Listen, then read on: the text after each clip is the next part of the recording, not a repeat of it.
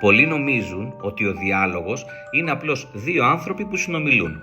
Δεν είναι. Ο διάλογος είναι η στιγμή που δύο χαρακτήρες συναντιούνται, που μιλούν, που αποκαλύπτονται, που κρύβονται, που πλησιάζουν ή απομακρύνονται και μέσα από τις λέξεις τους η ιστορία προχωρά.